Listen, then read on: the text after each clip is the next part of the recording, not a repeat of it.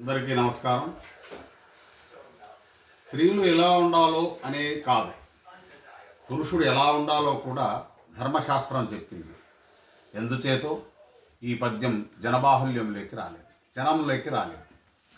కార్యేషు యోగి కరుణేషు దక్ష రూపే చ కృష్ణ క్షమయాతు రామ భోజ్యేషు తృప్త సుఖదుఃఖ మిత్రం షట్కర్మయుక్త ఖలు ధర్మనాథ. కామందక నీతిశాస్త్రంలో చెప్పబడింది. కార్యేషు యోగి, పనులు చేయడంలో ఒక యోగి వలె ప్రతిఫలాన్ని ఆశించకుండా చేయాలి. కరణేషు దక్ష, కుటుంబాన్ని నడపడంలో, కార్యాలను నిర్వహించడంలో నేర్పుతో సంయమనముతో వ్యవహరించాలి. సమర్థుడై ఉండాలి. రూపేచ కృష్ణ, రూపంలో కృష్ణుని వలె ఉండాలి. అంటే ఎల్లప్పుడూ ఉత్సాహంగా సంతోషంగా ఉండాలని అర్థం. ఓర్పులో శ్రీరామునిలాగా ఉండాలి. పితృవాక్య పరిపాలకుడైన శ్రీరాముని వలె క్షమించే గుణాన్ని కలిగి ఉండాలి.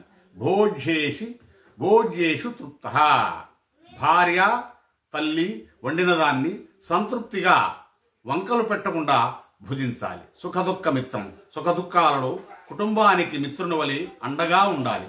మంచి చెడ్డలలో పాలు పంచుకోవాలి. ఈ షట్కర్మలు, ఈ 6 పనులు సక్రమంగా చేసే పురుషుడు ఉత్తమ పురుషునిగా, ధర్మనాథునిగా కొనియాడబడతాడు. తర్వాత అరిస్తే కాదు, ఓపికతో భరిస్తే గెలుస్తాం.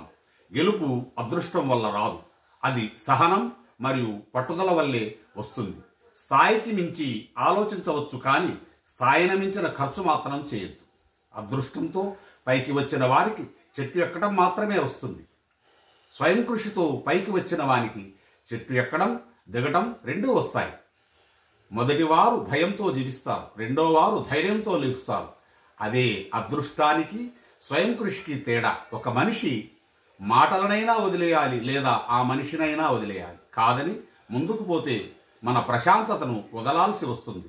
ఎవరికీ తలవంచనిది ఆత్మగౌరవం, ఎవరికీ ముందు చేయి చాచనిది ఆత్మాభిమానం, ఎవరినీ కాదనలేనిది ఆత్మీయత. ఈ మూడింటికి కలయికి విలువైన జీవితం. సర్దుకుపోయినంత మాత్రాన సమస్య సమసిపోదు, అర్థం చేసుకున్నప్పుడే పరిష్కారం అవుతుంది. జై శ్రీరామ్, జై శ్రీమన్నారాయణ.